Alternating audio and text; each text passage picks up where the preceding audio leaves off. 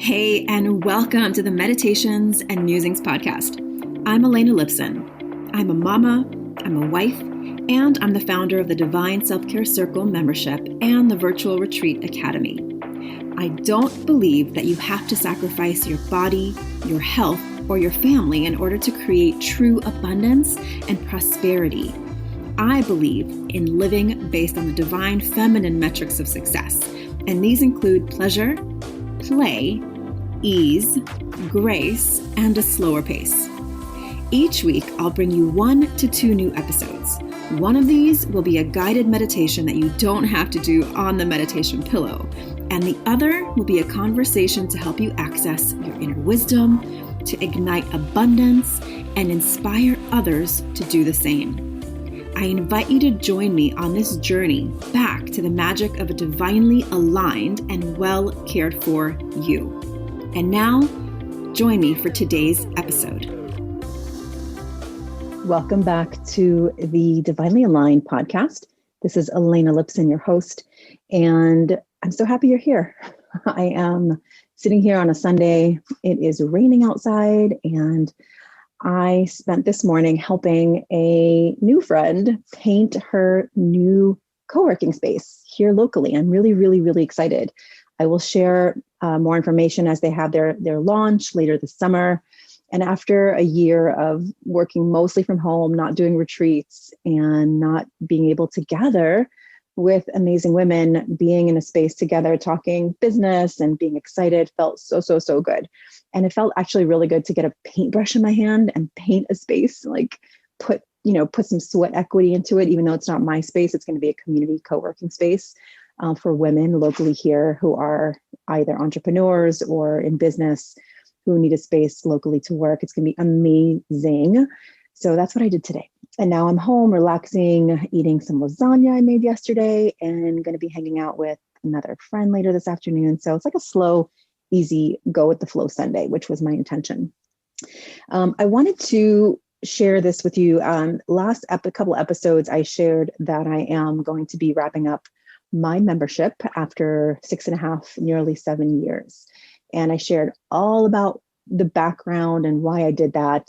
And I've gotten some great feedback from you. So thank you for that. And I've also gotten some questions like, how do you know when it's time to leave? How do you know when it's not fear? And I want to address with you today, in today's episode, I'm going to share why sometimes waiting is actually the best decision, and why it's important that sometimes instead of choosing, you wait a little bit so that you can fully trust your decision and trust your decision-making style, and then what to do. So I'm going to share with you the 3 Ps of how to know if you should make a decision or wait. And then if you have any more questions, I'd be happy to answer. Of course, you can always suggest the topic in my Instagram, just DM me there. So as I mentioned, I decided to close my membership after 6.5 years. This is our last month. We're having our culmination call later this week. And it was not an easy decision. And it was one that I definitely went back and forth on: pros, cons, yes, no, intuitive, yes, fear coming up, disappointing the women in the circle, what's next? I don't know. There was a lot of steps that went into making this decision. So I don't want you to think like, oh, I just decided one day and I made the decision.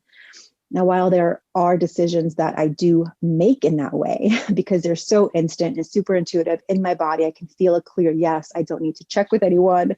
Those kind of decisions are, and they could be not so, sometimes big, sometimes small decisions, but I've learned to listen to the cues of my body really well. I've learned to sit with decisions. I've learned to do these 3 Ps, which I'm going to share with you in a little bit. But this particular decision, it was a really big decision. It was a very pivotal shift in my business. It's actually pulling the roots of something that has been, very significantly part of the foundation of my business over the last 7 years. And to make that change is doing many things. One is it's creating a vacuum of space for something else to come in. It is releasing a significant portion of my income every month. And it is trusting that something else is on the way, right? Because it's not like I had something totally set beforehand. I don't. And that is a different kind of decision that you as a business owner or as someone who works for a company or just a human being making decisions in life, need to take into account many different factors. So bigger decisions more likely will take more consideration, more navigation of alternatives, more visioning. And I want to just encourage you that, if there is a deadline for you, like you have to make a decision by a certain date because it's an external deadline. And even those sometimes aren't fully set in stone, right? So sometimes if you're just unclear, waiting can be the most beneficial thing you do. Waiting because you're too scared to make a decision is not what I'm talking about.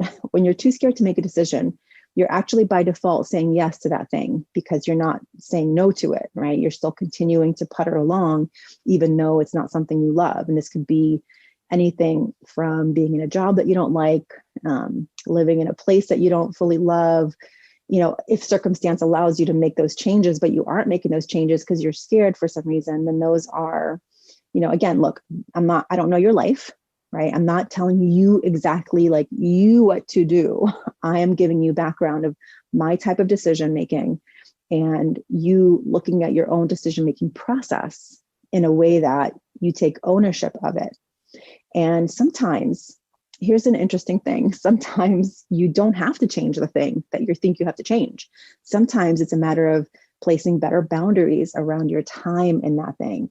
If it's a job that you are spending too much time on and you're saying yes to too many projects, you're staying late and working every night instead of putting a boundary on your time or your boundaries around the kind of projects that you want to work on, or if you're in a business, boundaries of having less distractions, getting more focus, getting support, right?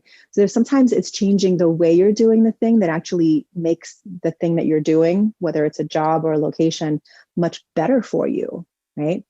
It always makes me think of like when someone wants to sell their house, they all of a sudden start to do the repairs that they've been putting off for years. And then they do all the repairs and they're like, wait a minute, I love this house. It's amazing, right? If you've ever seen that show, like Love It or List It, it's kind of like that. Like all of a sudden you put all this effort and energy into making something better. And then you're like, wait a minute, I actually like this thing. So sometimes it's just a matter of a refresh, and it's a matter of deciding that you're going to make the best of where you are right now. And then from the place of feeling better about where you are, then you can decide from a place of joy and a place of satisfaction if you do want to make a change, versus a place of feeling stagnant, feeling bored, and feeling frustrated or not liking where you are. Okay. And again, you're going to take this through your own lens because you're looking at your own decision-making process. I can't tell you what to do, but I want to guide you through these 3 Ps because it can help you to give yourself a little bit of grace. It can help you to take a little bit more time. It can help you to really sit with yourself long enough to start hearing that and listening to that internal guidance system, which you do have. Because for me, I've learned that, again, some decisions I can make very quickly, and other decisions, I have to take it through my cycle of emotions and sleep and feeling really happy and feeling sad. And like I had to take it through an emotional cycle, right? If you know anything about human design, I'm a manifesting generator. And for me, it means that I have this sort of longer decision-making cycle. And in order to fully own my decision and not feel like, oh, I said yes to something too quickly, and then 90 days later, I'm like, oh, shit, I didn't really want to do that, which has happened before. So I've learned that if I'm not sure, I'm not going to say yes. I'm going to hold, like, just wait. I don't know yet. I'm good. I'm still deciding. And I've really learned to trust that in myself, because once I get to a hell yes and it feels amazing, I'm all in. Like there's 100% in, right? So I want you to just think about those times where you've maybe made the decision too quickly. And then over time, you're like, oh, that doesn't feel good anymore. Why did I say yes to that? I knew that there was part of me that didn't want to say yes, right? So it's just a matter of learning, not blaming your past self, not saying you were stupid or didn't do the right thing. It's just a matter of learning your decision-making process. You can hear me talking about this all the time. It's a really big aspect of trusting yourself. Okay, so the 3 Ps are when you're not sure, you're like in the middle of a decision and you just aren't quite sure yet. The 3 Ps are pause, process, and proceed. Okay, so first, pause. Give yourself a chance to pause. It's okay to tell someone if someone else is counting on your decision and you're not 100% sure. You can be honest and say, I'm not 100% sure yet. I need a little bit more time, or I'm going to take another week or a weekend. I'm going to process. I'm going to think about it. I'm going to journal about it, right? Whatever you need to do to make your processing better, but you're going to pause. And within that pause, it's very powerful to claim an intentional period of time where you are going to be within that question, within the inquiry. Not just to pause to go sit and watch Netflix or distract yourself by scrolling social media or asking for 10 people's opinions. That's not a pause. What a pause is, an intentional time to sit with a question, to intentionally contemplate it, like the lost art of contemplation, right? Not constantly distracting your mind with social media and other people's stuff. Maybe even taking a weekend or a week to like not listen to any podcasts or not read any books. Now, there's a million times where I've gotten inspired by podcasts and a book and or a conversation and helped me to make a decision. Only you know whether you need some quiet to contemplate or whether you need to be creative to contemplate, right? Sometimes if you want to go into nature, you want to do a creative project, or today I was painting the wall and I'm like, oh, I'm getting so much. My mind felt so clear. Like I felt so good just doing something physical and not so much in my mind. And I can see if I was in some kind of contemplation or a current decision, it would really help me to do something like that too. So pausing means an intentional period of time where you decide whether you need quiet, whether you need, like for me, I love taking long car rides, sometimes in silence, sometimes with music. I feel like I have so many ahas and decision awareness points when I'm driving long term, like long distance, more than 20, 30 minutes, like an hour or more. So I love to do that. I love to be in nature. I love to put on music with just, maybe like do something fun around the house or even cleaning, right? Like you know this about yourself. So you know where you get your best ideas. Taking a bath, taking a shower, doing something really fun just for yourself, dancing, right? Whatever you need to do to have an intentional boundary of time where you are contemplating a question without trying to figure it out, right? The point is not to try to figure it out. The point is to quiet down enough of that internal noise so that you start to hear that guidance, because you know what a yes feels like in your body in some areas, right? But in other areas, it can feel more murky because we have so many other social noises in our heads, in our minds. So getting to that space where you can actually hear yourself can give you that clarity. The second point is process. Actually process it. Like what decision-making processes have worked for you in the past? So choose a process. I teach many kinds of decision-making processes. One that I love the most probably is journaling, just letting my mind go wherever it needs to go, having some music on, maybe some binaural beats, having a nice yummy drink next to me, and just kind of giving myself time to journal through it. Ask myself questions and answer those questions. Like, what if, imagine if, what's possible if? And it's really important to ask yourself open-ended questions. I have actually a really cool program that I created a while back called the Inner Light Journal Experience, where I help you ask these kind of questions. So if you want that, let me know. I don't think it's available anywhere currently on my site. It might be on Instagram, I'm not sure. The other thing that I teach is for processing is something called mind mapping. And you can just look that up.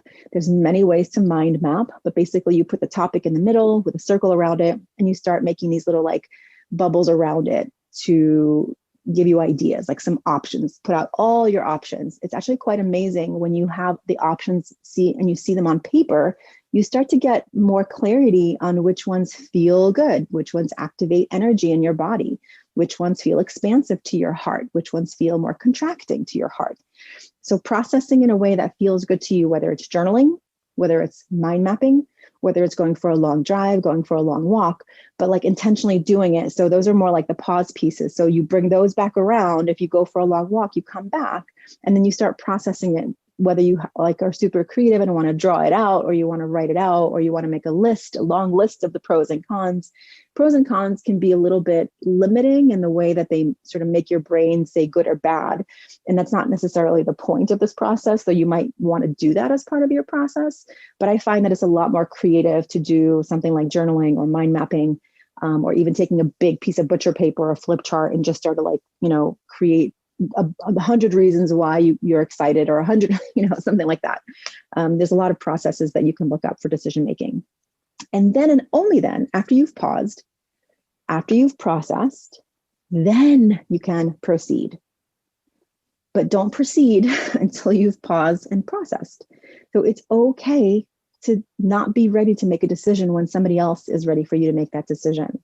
So I hope that you have taken a decision. If you haven't, what I want you to do now is, if you've already sort of thought of something, I want you to actually put it pen to paper.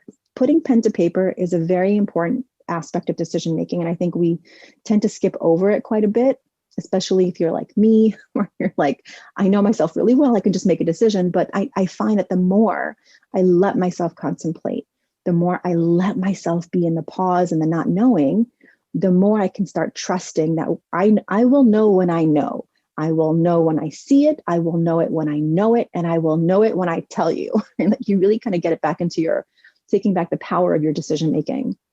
So I want you to right now think about something that you've been trying to figure out with your mind, with your brain, and instead give yourself permission to go through the pause, process, and then proceed framework, where you can set a specific amount of time where you are going to not make a decision. And I want you to just feel how that feels in your body, because I find that with myself and with my clients, they're like, oh, okay, good. I don't have to decide right now. And then all of a sudden, it's like your nervous system just settles down and you can start finding fun ways to pause, to be in an active, intentional pause, right? Not just distracted pause, an active, intentional pause, and doing things where you give yourself a chance to just be creatively imaginative, not decide, be inspired, go walk around a museum, like whatever it is you need to do to be in that pause, but also intentionally active in being in that question. And then taking it through that process phase where you actually take pen to paper and you start either journaling or mind mapping, whatever you feel called to, making a list of the things that have now occurred to you throughout this pause. And then, and only then, and when you have that clarity, and listen, ultimately, you might only get to like 98% sure, or maybe 90 or 85% sure, right? So there might still be that fear or that question. Sometimes that won't be 100% eliminated. And that's okay. You just have to understand your own risk tolerance, right? Because sometimes making a decision creates risk somewhere, or creates unknown, or creates some aspect of like, oh, I don't know what's going to happen. Or if you're moving to a new city, or if you're, taking on a new job or a new project or a new direction in your business, like, I don't know what's next 100% and how it's going to look over the next 6 months and beyond. I'm still in quite a bit of inquiry, but I got a lot of clarity in terms of what needs to be released. And now I'm still like in this new pause, process, proceed phase, right? With what's next. So it's going to be an ongoing pause, process, proceed if you are someone who is growing and evolving and taking risks and trying new things. There's always going to be this pause, process, proceed framework for you. And sometimes it'll happen over a day or over a weekend. And sometimes it'll be a 6-month decision, right? Where you really need to take a lot of time, because the effects and the ripples that affect other people around you are going to be much bigger, right? Like deciding to move to another country or ending a part of my business, right? Those are bigger ripples. So I needed to pause for a lot longer. So I hope you got something out of it. I'd love to hear from you and hear what your takeaways are. And if you go through the process, I'd love to hear that as well. You can find me over on Instagram, of course, as always, Elena_Lipson. You can leave a review and comment to let me know what you thought here on iTunes. And as always, you can reach me at info@elenalipson.com with any questions or podcast ideas. And yeah, that's what I got for you today. I hope you enjoy the rest of your day, whether it's sunny or rainy or anything in between. I hope you trust yourself to take inspired action when you're ready, but then when you have that indecision, which is okay, that you take that time to pause, process, and then proceed. All right, I'll see you on the next episode of the Divinely Aligned podcast, and have an amazing rest of your day. Thank you so much for listening and learning about the new divine self-care way of being in your life, business, and the bedroom based on the divine feminine metrics of success: pleasure, play, ease, grace, and a slower pace. If you're ready to bust the myth of overwhelm and tap into an inspired start to each day, I've put together a free video series for you to help you start each day with energy, inspiration, and ignite that inner pilot light which attracts joy, magic, and synchronicity. You can access my 3-step magic morning practice to help you ignite your inner light and attract the abundance that you're craving. Head on over to elenalipson.com/gift. And if you enjoyed this episode, I would so love if you share it with a friend, a sister, a mother, a daughter, and please leave a review. That is how the magic starts to ripple out. Here's wishing you a day full of beauty, magic, and divine self-care. I'll see you next time at the Meditations and Musings podcast.